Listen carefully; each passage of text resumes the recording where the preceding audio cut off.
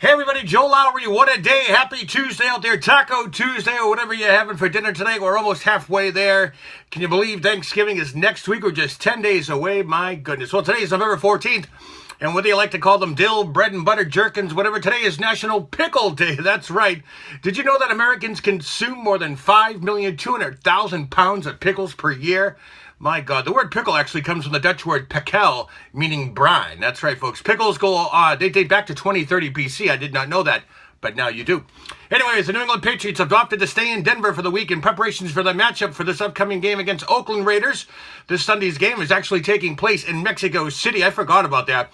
Technically, the Patriots are listed as the home game, hence the confusion yesterday.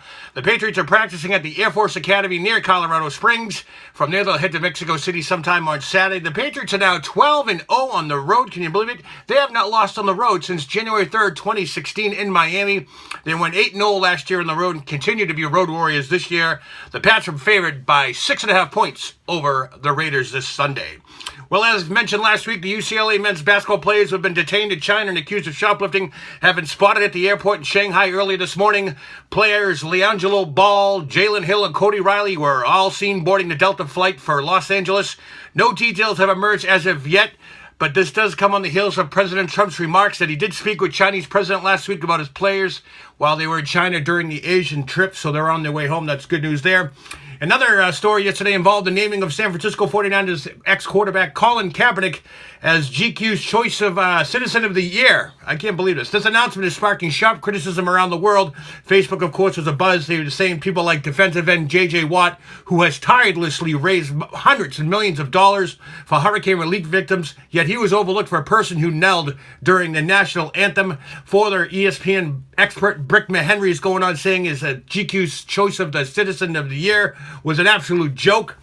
A man who wore socks depicting police officers as pigs, wears Fidel Castro as a fashion statement, then sues the NFL for collusion, and as his girlfriend compares the NFL owners to slave owners, and yet has never served in the military, and this is your Citizen of the Year, GQ? You have to admit, folks, this is kind of a joke. GQ said they decided to honor Kaepernick due to his activism both on and off the field. What does that mean, activism? What did this guy do? Personally, I think it's a PR move to draw attention to a magazine that just needs to up their sales, I guess. Call it what you want, folks, but I can name 1,000 more people, more reputable athletes, entertainers, anybody as Citizen of the Year than that guy. Unbelievable. Sad news in the baseball world today is Boston Red Sox Hall of Famer Bobby Doerr passed away at the age of 99. Doerr played second base for all 14 years of his major league career with the Red Sox. Member of the Dream Team in 46 that saw the Red Sox win an astonishing 104 ball games that year. Doerr was elected to the Hall of Fame in 1986. Up until his death, Doerr was the oldest living member of Major League Baseball. That's right. He is also listed as the last living person ever to play alongside Yankee Lou Gehrig. I did not know that. Rest in peace, Bobby Doerr. Well, people across the New England region are mourning the death of Building 19 founder Jerry Ellis. That's right, Ellis, who founded the discount superstore in 1964, was known for his good stuff, cheap advertisement. Remember that stuff? The company specialized in salvage foods, fire-damaged merchandise, overstock, surplus, you name it. All those are regular items, wearing its cheapness like a badge of honor.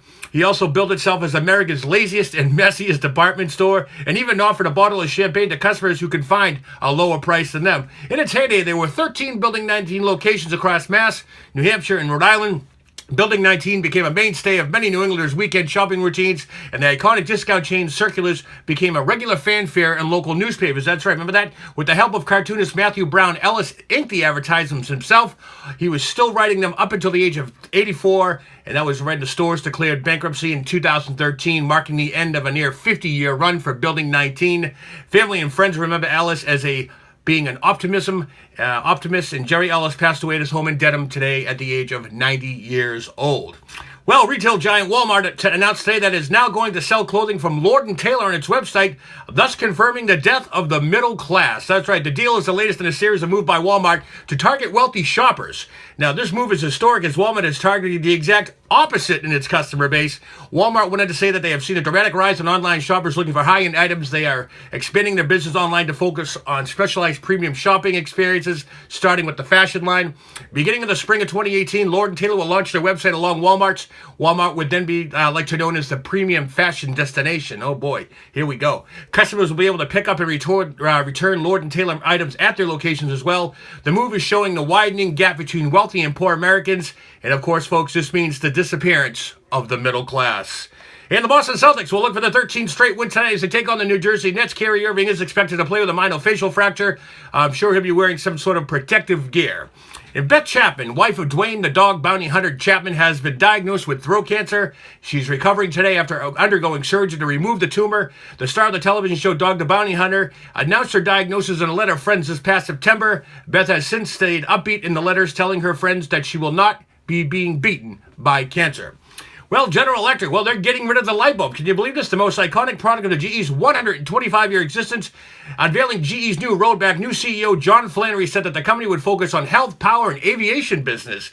Lighting didn't make the cut of GE's future. The news itself isn't a shock. The company said over the summer that it was looking to sell its lighting business as far as the division that just make up 2% of the overall revenue. And believe it or not, folks, light bulb sales have fallen 66% for GE. That's amazing. But then again, you have these LED lamps now that they've cornered the market and they last forever. Still, GE without a light bulb feels like AT&T without a telephone, or better yet, Campbell's soup without tomato soup. You know what I mean? I don't get it. And GM without Chevrolet. You name it, folks. But there you go. No more GE light bulbs. Anyways, with Thanksgiving coming up next weekend, it can only mean one thing besides turkey, folks. That's right, it's reunion time right here at Class of 1987 North Quincy High. 30th reunion is all set to go. The only thing missing is you. That's right, Friday, November 24th from 8 to midnight up at the Terrell Room in Quincy Lodge of Elks. We have food, music, DJ, dancing, and we now even have a special wall for photo taking. That's right, folks, and there's a whole lot more. You can purchase tickets on the NQHS 87 Facebook page. They have all the details there. I'll tell you right now, buy your tickets online. They'll be cheaper than they are at the door. Come on, folks. 30 years has gone just like that. North Quincy High, Class of 87. Get your tickets now. And finally, don't forget to visit my YouTube page at www.youtube.com/Joe Lowry. What a day. Everybody enjoy your Taco Tuesday or whatever is on the dinner table tonight. I'll see you tomorrow. Hump Day. I'm Joe Lowry. What a day.